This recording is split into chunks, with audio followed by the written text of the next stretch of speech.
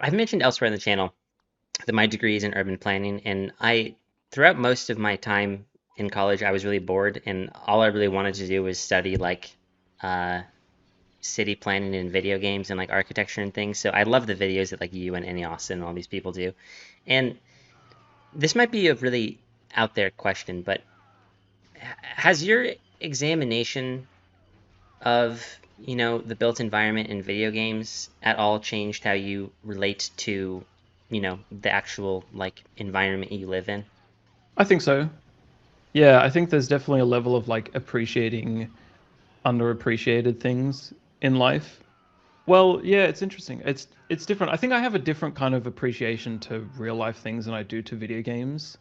Um, but I think yeah, there's definitely like an aspect of like just kind of like stopping and smelling the roses kind of thing that I think a lot of us kind of take for granted sometimes in real life and in video games and kind of like a fast-paced world that we live in now. One of the things I love doing is just walking my dog and finding like really just bizarre like side streets and just stopping and looking at the architecture in those streets. That's something that I really like doing. It's just you can go down like a different street where I live and find like totally different architecture to like three streets over and stuff like that. This is the third time I've asked this question, so like at this point maybe it's stupid, but I love hearing how different people answer this. Is there a historical era that you would like a Red Dead 2 for? I don't know if this is maybe a cop out. I think like just the time that I grew up, like mid 2000s, like sort of kind of like working class suburb neighborhood would be really interesting, I think. Not necessarily like in the city, but just like a really just like obscure neighborhood that has just kind of like hardworking families and people trying to raise families and stuff like that. I think that would be interesting. And I'm such a sucker for like the 2000s sort of era aesthetic. So I think I would love that. Maybe like uh 2000s like Japan would be cool. Just like a sort of bustling city would be interesting as well, I think. I love it. I think that is a marvelous answer. You know, a theory I've been thinking about for a while is it seems, and maybe this is way too out there and heady of a question, but it seems to me that when a new art form is invented, it creates the opportunity for people to feel an entirely new set of emotions. And I think with video games, it has created the opportunity to feel a lot of different kinds of loneliness. And, especially like empty maps and liminal spaces and all these kinds of things. And yeah, again, maybe this is way too out there, but do you ever wonder why it is that video games, empty maps, all these things seem to lend themselves so well to feelings of eeriness and loneliness and all these things? I don't know. But I agree with what you're saying, but yeah, there's definitely like a sort of liminal like backrooms type aesthetic that I feel is very like strongly associated with like old video games. Like I think the human mind must just have like something like primal in us that tells us that an under sort of textured area is like dangerous or something. Um, you know how like humans have like pattern recognition and stuff like that that we've developed through just like being in the wild and having to survive. I feel like there must be like some kind of primal fear that we have of like uncomfortability in unfamiliarity. Yeah, no, I mean, I think that's a very valid theory, and it's definitely something I will kick around a lot more because I've been thinking about it myself. Yeah, do you have a theory for it? Hmm. I think video games are perhaps a kind of widening of the intensity we can feel through art. On the one hand, you can have action games which are very, go, go, go, go, go, or horror games which are, very intense in their own way. And I think as gamers, we sort of have an association with when I'm in this space, when I'm in this level game, whatever, I am supposed to be feeling this thing, this heightened sense of emotion. And I think if you refuse to engage with the game in that way, if you, go off on the completely wrong course in a racing game, or you just stop and stare at something that you aren't supposed to, I think it creates a really weird contrast between what you're expecting to feel and what you're actually feeling that creates this really, I don't know. It's sort of like I just think it's like it's trying to like divide by zero. It's something that our minds just weren't supposed to experience, you know? Um, that's kind of the best I could say, but I don't know. It's definitely something I'm going to think about more. Yeah, there's definitely like a level of like senses that get stripped away in a video game, or that can get stripped away very easily. Like I feel like in real life, it's like more difficult to like disassociate than it is in a video game, and maybe that's got something to do with it, where you can just kind of like immediately like cut out the noise in a video game, whereas you can't really do that in real life. Yeah. No, I mean, yeah, I think that's a good theory. You know, I think largely, or at least partially because of Vinny Austin, it seems that there's a new, people are beginning to examine video games in new ways and in very microscopic ways. And I guess I'm just wondering, do you think the kinds of videos that you and other people make will change how games are made? And would you like them to at all change because of, like, for example, when you talk about like the coconut burger or whatever it is in the coconut mall level, and the fact that like there's no coconut burger on the menu, I have to imagine that like the next time Nintendo makes a level, they're going to be like, well, we should probably put a coconut burger on the menu. Um, I don't know. I don't totally know how to phrase that question, but I guess I'm just wondering how you feel about that. If you would like developers to change anything about, if you would like games to change at all because of the sort of analysis that you and other people do. Yeah, I think definitely video games will and probably have already begun changing a lot in that aspect, in terms of like the amount of detail that is put into like such obscure and unimportant things in a video game, like a video game menu. But I think, yeah, I think videos like that will probably encourage developers to sort of up their game, or, whatever you want to call it. But I think at the same time, videos like that I'm kind of making and people like Any Austin are kind of making will also adapt with that as well.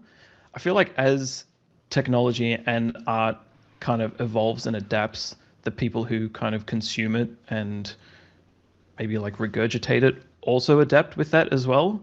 Like if you kind of just look at like the natural evolution of like music or technology and stuff like that, I think a lot of the consumers adapt with it as well. So I'm sure there's kind of like a thing of like this changes and then the sort of response gets one upped and then the response to that kind of gets one upped and so forth. So I think it's like a back and forth kind of dance between the two. I mean, that's so interesting to me. And I guess I mean, of course, we're talking about theoretical things, so it might be hard to pin down exactly. But I guess I'm just wondering how you might go about attacking that. Would it just be that you like narrow down even further what exactly you're looking at, or like how closely you're comparing it to real life, or were you like, I don't know, I don't. Do you understand what I'm asking? I don't know. I don't quite know how to phrase it, but I'm really curious how you think you might go about approaching it if they start, adding even more detail and realism and all these things. Yeah. I guess it's kind of like trying to invent a new genre of music. Like you don't you it's hard to like kind of tangibly explain it until someone's done it, and then it's like, oh, now I understand how this is done. I think I'm sure there'll be like some YouTuber who like creates like an evolution of that kind of subgenre of videos, and then like everybody starts jumping on that, but it just like takes one person to kind of break the tension in the water to sort of go to that next level of like evolution of that video.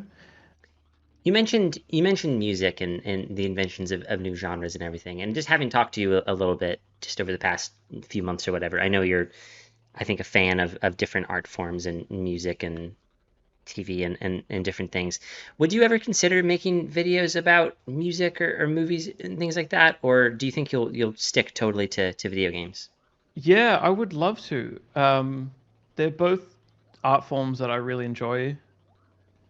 It's hard sometimes to decide if I like video games or music more. I think movies is definitely like under video games and music for me. I still love movies, but I think I love video games and music the most. There's definitely things that I want to talk about in video games that are about music, like specifically about music in video games. I think I probably don't have the knowledge to talk about music as well as some people. Like there's so many like wonderful YouTubers who make videos analyzing like music and songs and song compositions in video games.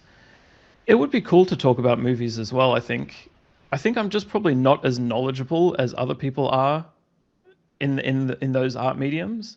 But there's definitely some stuff within video games, like specifically about music in video games that I want to talk about. Could you tell me a little bit more about that? Would that just be like video game soundtracks, or yeah, I would love to hear more about what you have in mind if you're willing to share. There was one moment that I had in I played Ocarina of Time, like I think in December or January. And one thing that really struck me, and sometimes I don't know if like I'm the idiot and everybody else has noticed this, or nobody has noticed this, and I just haven't heard anyone mention it. But in that game, there's always music playing. Like whenever you're in a different town or city, there's like music playing. And there was one point where you go to like a windmill and you talk to a guy, and he mentions that he can hear the music. I was like, oh, I was like, oh shit! Like you can hear this music right now.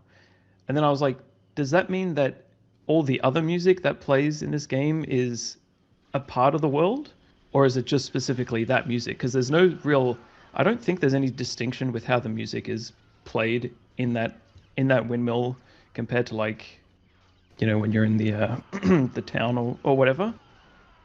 Um, so I think the term is diegetic and non-diegetic, where Can you break that down for me? I'm an idiot. I don't know what that is. yeah, I really don't know too much either, but I know either one of them means like in a film where you hear somebody playing a piano. I forget if that's diegetic or non-diegetic, but there's a distinction between whether the characters in a film can hear the music that's playing or if it's like a something edited in. And I thought that was really interesting that there was diegetic and non-diegetic music in Ocarina of Time. And the fact that the character like mentions that he can hear it as well, I was like, oh shit, is all the music in the game like that? Or is it not? It's just I think there's a huge skill gap between like me coming up with an idea and then me figuring out how that can be an interesting video and how I can present like an interesting idea. But I think that would be really interesting if somebody wants to talk about that. I have found that doing videos and running this channel like really changes the way I interact with the world and art and everything. And I guess I'm just wondering, like, has making videos about gaming changed your relationship with video games? And if so, has it made you appreciate them more? Has it made it feel like work when you play games? I would love to hear about that. I don't think it ever feels like work playing video games. Luckily, there's definitely times where I've like forced myself to play something because I want to make a video on it, and I'm like, "Oh, I don't really want to play this right now, but this is an interesting video, and I should try to be productive." I think definitely like just the idea of making a video has kind of made me sort of lock into more things in video games that I might have glanced over, you know, like 5 or 10 years ago. I think it's definitely made me like slow down when I play video games for sure, and just kind of like question everything. It's really fun to just like question stuff in video games and be like, why did somebody place this here? Why did someone design this shelf like this?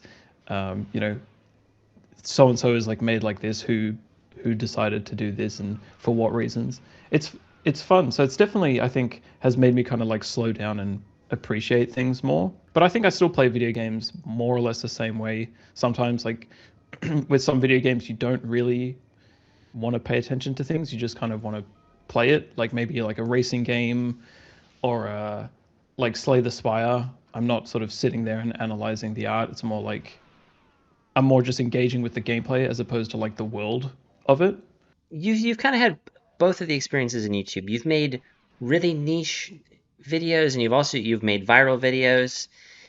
I guess I'm just wondering, how when you've had both of those experiences, how do you go about judging a video's success? Do you measure it in views and comments and likes, how you personally feel about it? I would love to hear about that. I think I have, yeah, there's definitely like a level of success that I have for like a personal standpoint where I'm like, maybe just analytically looking at the video, it's not doing like incredibly well, but I think it's like a really good, it has value, I think. Um, I think that's pretty important to sort of approach something that you're creating is like, do I believe in the thing that I'm putting out there? And I think if I'm ever making a video that doesn't tick that box, then like kind of what's the point? So I think yeah, like I think the most recent two videos that I've made haven't really done spectacularly well in the algorithm, but I think they're a really great stepping stone for like my own personal development in terms of like just the ideas that I'm presenting and the way I'm kind of presenting it and the editing as well is sort of like all these like little pieces together I think are helping me grow as somebody who makes videos and I think as a person as well outside of making videos. I think analytically I really like when people comment and engage with the topics that I talk about. Like that feels really fulfilling to me. I'm talking about like the most irrelevant nonsense topic ever and people are in there and engaging with the bullshit that I'm talking about. That's really exciting to me. I don't know. I think it's definitely important to like believe in what you put out. You mentioned the idea of value, and I guess maybe what I'm curious about is how would you define value in this context? Is it that you're contributing something unique and niche that hasn't been touched on before? Is it that you feel like, whoa, I really got to the heart of something, I learned something new doing this? Like, how would you define value in this context? Yeah, I think like putting out value is like yeah, discussing something that is kind of niche and hasn't necessarily been talked about before. I think there's like, value in finding something that's lacking and discussing that.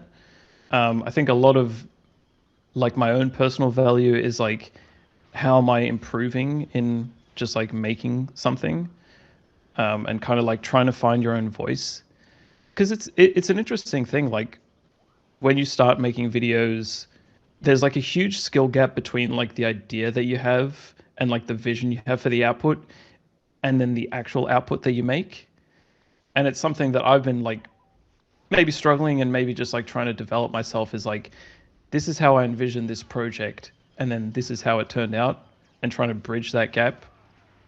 So in terms of like personal value, it's like I guess just trying to figure out how I can make that easier for me and make that more like a real thing. But yeah, I think there's a lot of value to just like putting out ideas that aren't discussed.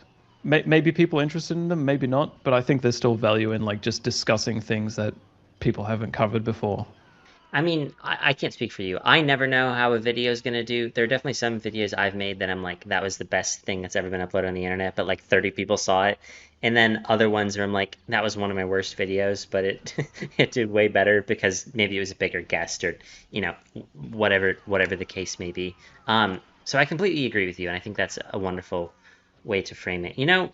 I'll get you out of here on this one. This is a really small scale question, but I think it's so interesting because I think you mentioned that you enjoy people engaging with the videos and the comments you receive and everything, and I completely agree with that. Like the the greatest joy that I experience as the content creator or whatever you want to call it is when I'm able to contribute something to someone else's life that they maybe they have a new thought they haven't had previously or just that always really feels amazing.